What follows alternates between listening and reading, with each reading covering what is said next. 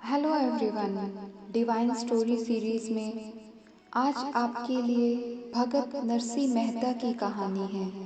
अगर आपको कहानी पसंद आए तो चैनल को लाइक, शेयर एंड सब्सक्राइब करें। भगत नरसिंह मेहता का जन्म 15वीं शताब्दी में गुजरात के एक नागर ब्राह्मण परिवार में हुआ था। बालक नरसिंह आरंभ में गूंगे थे। जब नरसिंह 8 वर्ष के हुए और तब भी बोलना शुरू नहीं किया तो नरसिंह की दादी नरसिंह को एक सिद्ध महात्मा के पास लेकर गई। महात्मा जी ने बालक को देखते ही भविष्यवाणी की कि भविष्य में यह बालक बहुत बड़ा भक्त होगा। जब दादी ने नरसिंह के गूंगा होने की बात बताई तो महात्मा जी ने बालक के कान में कहा, बच्चा कहो राधा कृष्णा। और ये क्या? थोड़ी सी कोशिश के बाद देखते ही देखते नरसिंह राधा कृष्णा का उच्चारण करने लगा। बचपन में ही माता पिता की मृत्यु हो जाने के कारण नरसिंह का पालन पोषण उनकी दादी और बड़े भाई ने किया था। बालक नरसिंह बचपन से ही साधु संतों की सेवा किया करते थे और जहाँ कहीं भजन कीर्तन होता था वहीं जा पहुँचते थे। रात को भजन कीर्तन में जाते तो उन्हें समय का ख्याल ही नहीं रहता था। रात को देर से घर लौटते तो भाभी की जली कटी सुननी पड़ती, परंतु वह उस पर कुछ ध्यान ना देते और जो भी ठंडा बासी खाना रखा होता था वही खाकर सो जाते थे। घर के किसी काम काज में नरसिंह का मन नहीं लगता था। उनके दिल दिमाग में तो बस भजन कीर्तन और साधु संतों का संग रहता था। नरसिंह की इन आदतों से परेशान होकर तथा ये सोचकर कि शायद विवाह हो जाने पर नरसिंह घर परिवार की जिम्मेदारियों को समझें, छोटी अवस्था में ही नरसिंह का विवाह मानिक बाई किशोरी के साथ कर दिया गया। मानिक बाई जब घर में आई तो नरसिंह की वजह से उन्हें भी भाभी की जली कटी सुननी पड़ती, क्योंकि नरसिंह में तो कोई बदलाव आया ही नहीं जैसा परिवार वालों ने सोचा था। मानिक बाई को अपनी चिंता ना थी, परंतु अपने पति को सुनाई जाने वाली भली बुरी बातों को सुनकर उन्हें बहुत दुख होता था। मानिक बाई ने पति नरसिंह को कुछ काम धंधा करने को बहुत समझाया, परंतु उन पर कुछ भी असर नहीं हुआ। एक बार गांव में एक साधु मंडली आई हुई थी। नरसिंह उनके साथ भजन कीर्तन में ऐसे रंग गए कि आधी रात बीत जाने पर भी उन्हें घर जाने की सूध नहीं आई। भजन कीर्तन समाप्त होने पर जब नरसिंह घर लौटे तो घर के सब लोग सो चुके थे, बस मानिक बाई जाग रही थी। उन्होंने किवाड़ खोले, आहट पाकर भाभी जाग गई और नींद में खलल पड़ने के कारण उन्होंने नरसिंह को बहुत खरी खोटी सुनाई। जीना हराम कर रखा है हमारा, काम धंधा कुछ किया नहीं जाता, 2.5 सेर अनाज खाने को चाहिए। ऐसी भक्ति उमड़ी है तो भगवान से मिलकर क्यों नहीं आते? यह ताना सुनकर नरसिंह के दिल पर गहरी चोट पहुंची और अगले ही दिन सूरज निकलने से पहले ही वह घर छोड़कर चले गए। घर वालों ने बहुत खोजा पर नरसिंह कहीं नहीं मिले। कुछ दिनों तक नरसिंह लापता रहे। उस रात की घटना से नरसिंह के दिल को बहुत गहरी ठेस पहुंची थी। उन्हें अपने आप पर क्रोध आया और दुनिया से उनकी मोह ममता टूट गई। उन्हें अपने जीवन का भी मोह ना रहा। जूनागढ़ से निकलकर जंगल की तरफ चल दिए। नरसी जंगल में भटकते रहे। शायद यह चाह रहे थे कि कोई शेर, चीता, जंगली जानवर आकर उन्हें खत्म कर दे। भटकते भटकते नरसी जी को जंगल में एक मंदिर दिखाई दिया। भूख प्यास से बेहाल नरसी जी ने मंदिर की तरफ कदम बढ़ाए। मंदिर काफी पुराना, टूटा फूटा था, किंतु आश्चर्य की बात, मंदिर में स्थापित शिवलिंग अखंड था। कई वर्षों से उसकी पूजा नहीं हुई थी। भूखे प्यासे थके बेहाल नरसी जी की नजर जैसे ही शिवलिंग पर पड़ी, अपना सारा कष्ट भूलकर नरसी जी के हृदय में भक्ति उमड़ पड़ी। उनका हृदय प्रभु के प्रति भावों से भर गया। आंखों में आंसुओं का सैलाब उमड़ आया। दोनों बाहें फैलाकर आंखों में आंसुओं का सैलाब लिए सुध बुध खोए नरसी शिवलिंग को अपनी बाहों में भर कर बोले, प्रभु कहाँ आकर मिले हो? अब जब तक प्रसन्न होकर अपने इस भक्त पर तरस खाकर दर्शन नहीं दोगे प्रभु, तब तक आपका सेवक अन्न जल ग्रहण नहीं करेगा। ऐसा निश्चय कर नरसी जी शिवलिंग को बाहों में भरे आंसू बहाते रहे, नाम रटते रहे। कहते हैं नरसी जी की भक्ति और अटल निश्चय को देखकर शिवजी प्रसन्न हुए और उन्हें दर्शन देकर बोले, नरसी उठो, मैं प्रसन्न हूँ। तुम्हारी श्रद्धा, विश्वास और भक्ति के कारण मुझे आना पड़ा। मांगो नरसी, क्या वरदान चाहते हो? तुम अपना मनचाहा वरदान मांग लो। नरसी का हृदय तो निर्मल था। उसमें काम, क्रोध, लालच आदि बुराइयां तो थी ही नहीं। इसीलिए बोले, भगवन जो आपको सबसे प्रिय हो वही दे दो। शिवजी मुस्कुराए नरसी की सरलता पर और बोले, ठग लिया नरसी, और तथास्तु कहकर नरसी को अपने साथ गोलोक ले गए। नरसी को गोलोक के दर्शन हुए। वहाँ रास लीला चल रही थी। गोपियों के बीच श्री कृष्ण जी लीला कर रहे थे। रात के समय का बहुत ही सुंदर दृश्य था। शिवजी हाथ में मशाल लिए प्रकाश फैला रहे थे। फिर उन्होंने अपने हाथ की मशाल नरसी को दे दी।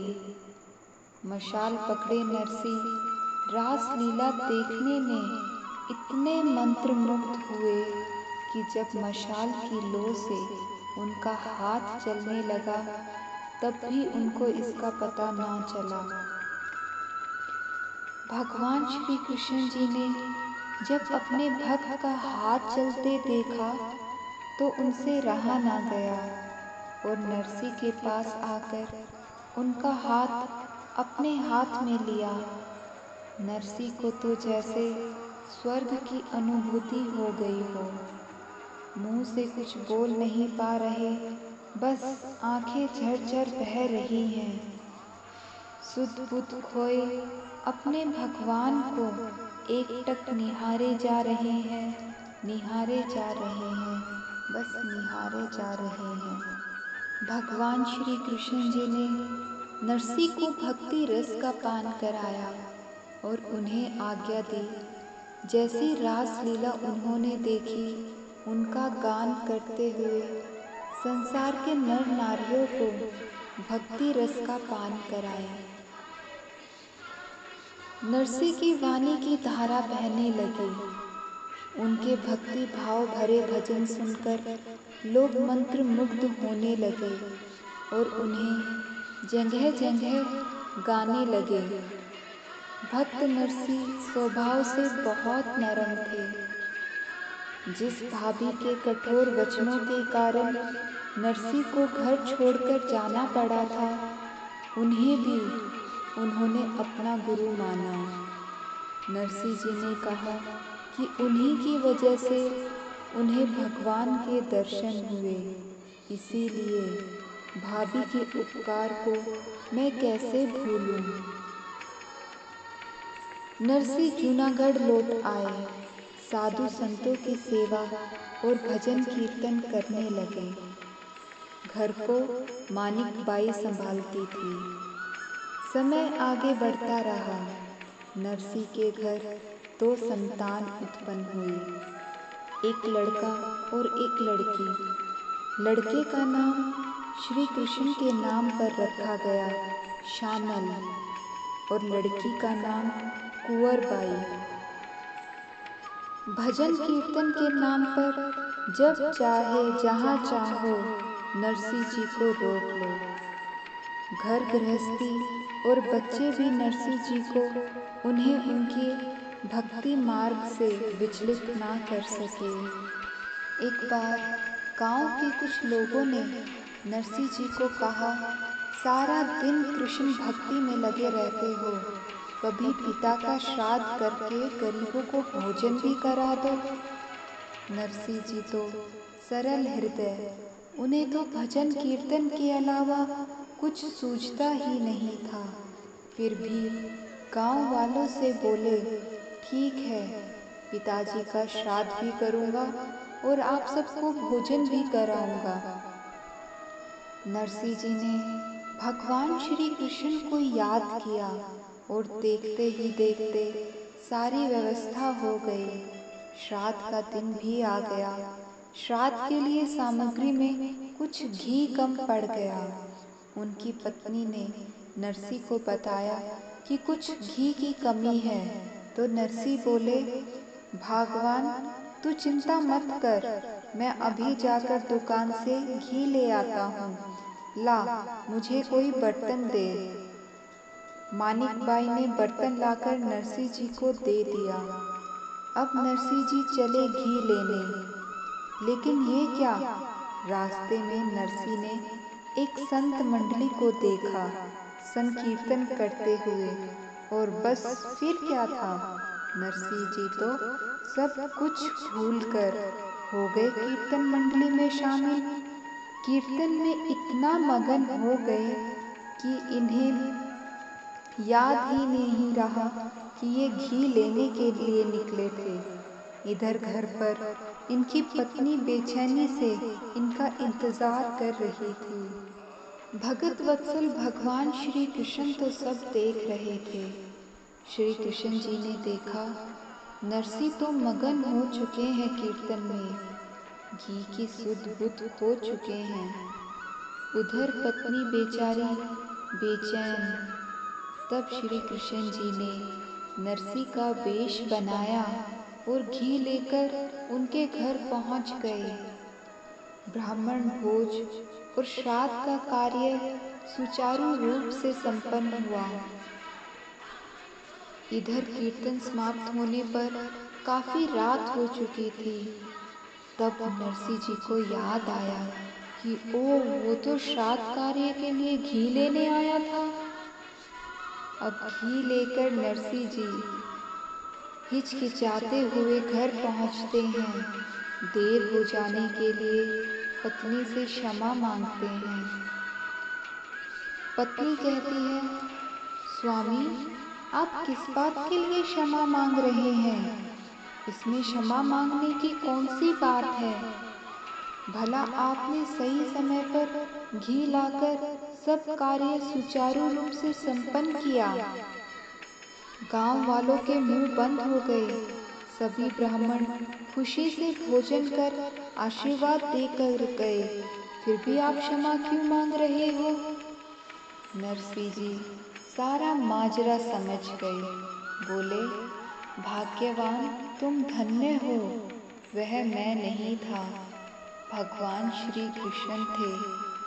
तुमने प्रभु के साक्षात दर्शन किए हैं। मैं तो साधु मंडली में कीर्तन कर रहा था। कीर्तन समाप्त हो जाने पर घी लाने की याद आई तो इसे लेकर आया हूँ। यह सुनकर नरसी जी की पत्नी आश्चर्य सागर में डूब गई। एक बार जूनागढ़ के अछूत माने जाने वाले लोगों ने नरसी जी से विनती की कि वह उनके घर आकर भजन कीर्तन करते। हरि भक्तों का प्यारा बुलावा नरसी जी कैसे अस्वीकार कर सकते थे। नरसी जी ने बड़े कोमल भाव से कहा, जहाँ छूत भेदभाव होता है वहाँ परमेश्वर नहीं होते। अपने मन से ये अछूत का भेद मिटाओ और घर जाकर भजन कीर्तन की तैयारी करो। मैं अवश्य आऊँगा। रात को जाकर पूरी रात नरसी जी ने भजन कीर्तन किया, प्रसाद बांटा और हरि कथा कहते हुए अपने घर आ गए। समय बीतता रहा, जीवन में उतार चढ़ाव आते रहे। अल्प आयु में ही नरसी जी के पुत्र श्यामल का देहांत हो गया और पुत्री कुंवरबाई का विवाह हो गया। बेटी ससुराल चली गई। अब मानिक बाई घर में अकेली रह गई। नरसी तो अपने भजन कीर्तन में व्यस्त रहते थे। मानिक बाई घर चलाती थी। घर में आए साधु संतों की सेवा में ही उसका समय बीतता था। फिर एक दिन मानिक बाई भी इस संसार को छोड़कर पति के चरणों का ध्यान करते हुए परलोक से धार गई। नरसी जी अब एकदम मुक्त हो गए। लोग सांत्वना देने आए तो नरसी बोले, अच्छा हुआ ये झंझट भी मिट गया। अब सुख से श्री भगवान कृष्ण का भजन करेंगे। पर लोगों को कहाँ चैन था। लोग उन्हें शांति से भजन कीर्तन नहीं करने देना चाहते थे। वे उन्हें तंग करते रहते थे, चिढ़ाते थे और तरह तरह की बातें करते थे। पर नरसी कभी ध्यान नहीं देते थे। वो तो हर बात को बस हरी इच्छा मान लेते थे। एक बार कुछ यात्री जूनागढ़ आए। उन्हें द्वारका जाना था। पास में जो रकम थी उसे साथ नहीं रखना चाहते थे, क्योंकि उस समय जूनागढ़ से द्वारका का रास्ता बीहड़ था और चोर डाकू लुटेरों का बहुत खतरा था। यात्री किसी सेठ के पास अपनी रकम रखकर द्वारका के लिए उसकी हुंडी लेना चाहते थे। हुंडी उस समय का एक बैंक ड्राफ्ट के जैसा था। जैसे एक नगर में किसी सेठ के पास अपनी रकम जमा करके एक चिट्ठी लिखवा लेना और दूसरे नगर में जाकर उस सेठ को जिसके नाम की वो चिट्ठी है यानी वो हुंडी है, वो देकर पैसा लेना। वो यात्री भी जूनागढ़ में किसी ऐसे सेठ को ढूंढ रहे थे जो द्वारका के लिए हुंडी बना दे। यात्रियों ने किसी नगर भाई से ऐसे किसी सेठ का नाम पूछा। उस आदमी ने मजाक में नरसी का नाम और घर बता दिया। वे भोले यात्री नरसी के घर पहुँचे और हुंडी के लिए प्रार्थना करने लगे। नरसी जी ने उन्हें बहुत समझाया कि भाई मेरे पास कुछ नहीं है, परंतु वे यात्री नहीं माने। कहने लगे, सेठ जी क्यों इतने बहाने बना रहे हो? हम तो ये सुनकर आए थे कि आप किसी की मदद को कभी मना नहीं करते। आपने तो हमें निराश कर दिया। अब नरसी जी लाचार हो गए और बोले, जैसी हरी इच्छा भाइयों, यह कहकर हुंडी लिखने लगे। अब सोचने लगे किसके नाम लिखूं? मैं तो द्वारका में किसी को नहीं जानता। द्वारका में श्री कृष्ण जी को छोड़कर और कौन बैठा है वहां मेरा? यही सोचकर नरसिंह जी ने श्यामला गिरधारी के नाम पर हुंडी लिख दी। यात्री बड़ी श्रद्धा से हुंडी लेकर चले गए। नरसिंह चंग बजा बजा कर गाने लगे, म्हारी हुंडी सावरिये सरकार, करियो रे स्वीकार। यही गाना वो गाने लगे। उधर यात्री द्वारका पहुंचकर श्यामला गिरधारी को ढूंढते ढूंढते थक गए, पर उन्हें इस नाम का कोई व्यक्ति ना मिला। वे बेचारे निराश हो गए और नरसिंह जी को कोसने लगे। और कुछ ही देर में उन्हें श्यामला गिरधारी सेठ मिल गया। कहते हैं कि स्वयं द्वारकाधीश ने ही श्यामला गिरधारी बनकर नरसिंह जी की बात का मान रखा था। ऐसे ही समय बीतता रहा। नरसिंह जी अपनी भगत मंडली और भजन कीर्तन में मगन रहते थे। उधर नरसिंह जी की नातिन विवाह योग्य हो गई थी। नातिन का विवाह एक सुयोग्य वर के साथ होना तय हो गया। कुंवर बाई को उनकी सास ने कहा कि भात नोत कर आ अपने घर जाकर, यह एक जरूरी रस्म होती है। कुंवर बाई बोली, माँ जी, मेरे तो भाई हैं नहीं, किसके घर जाऊं? एक पिता है, उनका भी पता नहीं कहाँ अपनी मंडली के साथ कीर्तन करते होंगे। फिर सास बोली, देख बहू, मुझे इस बात से कोई मतलब नहीं कि तेरा बाप क्या बन गया और क्या कर रहा है, मुझे तो भात से मतलब है। सारी बिरादरी में हमारी नाक कट जाएगी अगर तेरे बाप ने भात नहीं भरा तो, और लड़की के ससुराल वालों को जब पता लगेगा तो क्या सोचेंगे हमारे बारे में। कुंवर बाई, पर माँ जी, किसके घर जाऊं? और आप ही बताओ, मेरे बाप के पास अपने भोजन पानी का कोई साधन नहीं, वो कैसे भात भरेगा? सास फिर कहती है, मैं कुछ नहीं जानती, बस तू जा, भात नोत के आ और नरसी को सामान की लिस्ट दे आ।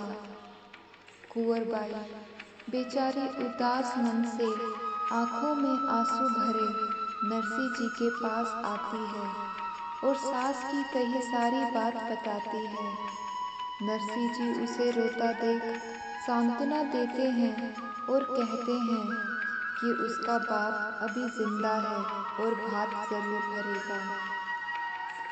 आश्वासन दिलाकर नरसिंह जी बेटी को विदा करते हैं, मगर दुख चिंता में डूब जाते हैं कि कैसे क्या होगा। सामान की इतनी बड़ी लिस्ट देखकर तो नरसिंह जी पसीना पसीना हो गए। नरसिंह जी निर्धन थे, लेकिन भक्ति का खजाना भरपूर था। वो उठे, भगवान को पुकारा और बोले, भगवान, नरसिंह मेहता को कोई नहीं जाने, तुमको जाने है संसार। चिट्ठी भात की आई है, देख लेना सावरे सरकार। यह कहकर भात की चिट्ठी और सामान की लिस्ट प्रभु के चरणों में रख देते हैं। नरसिंह जी गरीब ब्राह्मण थे, भात भरना नामुमकिन था। कोई भी तो साधन नहीं था उनके पास, एक भक्त मंडली के अलावा। नरसिंह जी ने अपनी भक्त मंडली को ही तैयार किया भात भरने जाने के लिए। सभी साधु संत तैयार हो गए। अब समस्या आई कि जाए कैसे। नरसिंह जी जाते हैं अपने एक दोस्त के पास और बताते हैं उनकी नातिन का ब्याह है, भात भरने जाना है, दोस्त अपनी बैलगाड़ी दे दो। दोस्त बोला, ना भाई नरसी, देख ले मेरी गाड़ी टूटी फूटी है और बैल भी कमज़ोर और बूढ़े हो गए हैं। देख भाई नरसी, खुद ही देख ले। नरसी जी बेचारे हाथ जोड़ लेते हैं। दोस्त, आज बहुत मजबूरी में तुम्हारे पास आया हूँ, तुम्हारे आगे हाथ जोड़ता हूँ, मेरी मदद कर दो। पर दोस्त टस से मस नहीं होता। तभी दोस्त की पत्नी बाहर आती है। नरसी जी की दशा देख उसका हृदय करुणा से भर आता है और पति को समझाती है कि बेटी और नातिन तो सबकी एक जैसी ही होती है, इसीलिए पुण्य का काम है, नरसी जी को मना मत करो, बैलगाड़ी दे दो। पत्नी के समझाने पर नरसी जी को उनका दोस्त बैलगाड़ी दे देता है। अब नरसी जी अपनी भक्त मंडली को बैलगाड़ी में बैठाकर चल पड़ते हैं। अंजार नगर की राह जो उनकी बेटी का ससुराल था, पर परीक्षाएं तो अभी बाकी थी। रास्ते में बैलगाड़ी एक गड्ढे में फंस गई। इस मुसीबत को भी अभी आना था।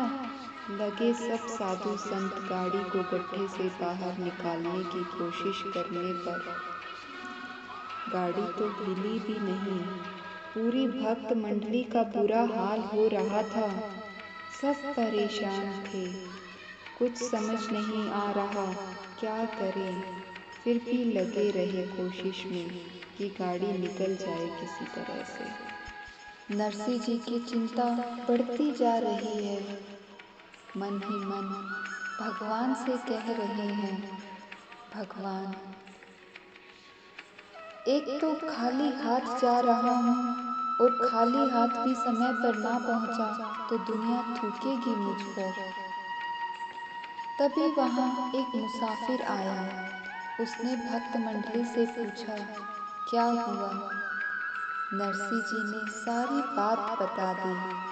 मुसाफिर मुस्कुराते हुए बोला, अगर मुझे भी अपने साथ बैलगाड़ी में ले चलो तो मैं इस गड्ढे से निकाल सकता हूँ बैलगाड़ी को। नरसी जी और पूरी भक्त मंडली ने हामी भर दी।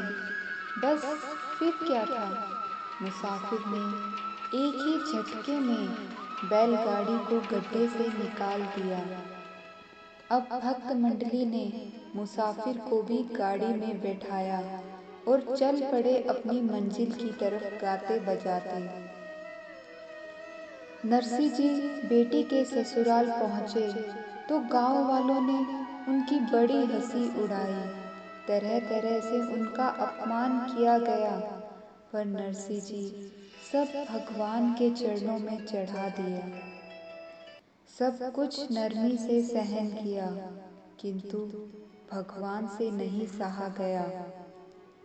इधर अपनी सास और गांव की औरतों के ताने सुन सुनकर कुंवर बाई आत्मदाह करने चली गई। भगवान कृष्ण एक पल भी देर किए बिना कुंवर बाई के पास पहुँचे, एक सेठ का रूप बनाकर, और बोले, बेटी, मैं आ गया भात भरने, ऐसा अनिष्ट मत करो, आत्मदाह मत करो। भगवान श्री कृष्ण ने सवा पहर यानी 12 घंटे सोने की मोहरें बरसाईं। जो लिस्ट बताई गई थी उससे कई गुना ज्यादा सामान दिया, जो राजा महाराजाओं से भी बढ़कर था। और भात भरा ऐसा भात ना भूत ना भविष्य, यानी ना कभी किसी ने भरा, ना कभी कोई भर पाएगा। पूरा गांव आश्चर्यचकित उस सेठ जी को देख रहा था। सभी एक ही बात सोच रहे थे कि ये कौन है, कहाँ से आया है, नरसी की मदद क्यों की, नरसी से इसका क्या रिश्ता है। वहाँ उपस्थित सभी जन एक दूसरे से इस प्रकार के प्रश्न कर रहे थे। आखिर में श्री रंग जी, जो समधी परिवार के मुखिया थे, उन्होंने उस सेठ जी जो सोने की मोहरें बरसा रहे थे, उनसे पूछ ही लिया, सेठ जी, कृपा करके बताएं, आप नरसी जी के कौन लगते हो? और इस प्रश्न के उत्तर में उन सेठ जी ने जो उत्तर दिया, उसे सुनकर वहाँ उपस्थित जनसमूह भाव विभोर हो गया। सबकी आंखें सजल हो गई, हाथ प्रणाम की मुद्रा में जुड़ गए, मस्तक झुक गए। सावरिया सेठ भावुक होकर मुस्कुराते हुए बोले, ये जो नरसी जी है ना, मैं इनका गुलाम हूँ। ये जब जैसा चाहते हैं मैं वैसा ही करता हूँ। जब बुलाते हैं तब हाजिर हो जाता हूँ। इनका हर कार्य करने को तैयार रहता हूँ। यह सुनकर समस्त जन समूह और समधी परिवार हक्का बक्का रह गए। वातावरण गूंज उठा। भक्त शिरोमणि नरसी मेहता के जयकारों से, सावरिया सेठ के जयकारों से। नरसी जी बड़े सरल थे, नम्रता की मूर्ति थे। किसी के भी भले बुरे से उन्हें कोई सरोकार नहीं था। संसार से विकृत थे, परंतु दिल बहुत ही कोमल था। श्री कृष्ण भक्ति का प्रचार करना उनका एकमात्र कार्य था। श्री कृष्ण जी के परम भक्त नरसी मेहता संसार के असंख्य प्राणियों को भगवत कृपा एवं भगवत भक्ति का कल्याणमय पथ दिखाकर अंत में गोलोकवासी हुए। श्री राधे कृष्ण जी की कृपा से आपका दिन मंगलमय हो। राधे राधे।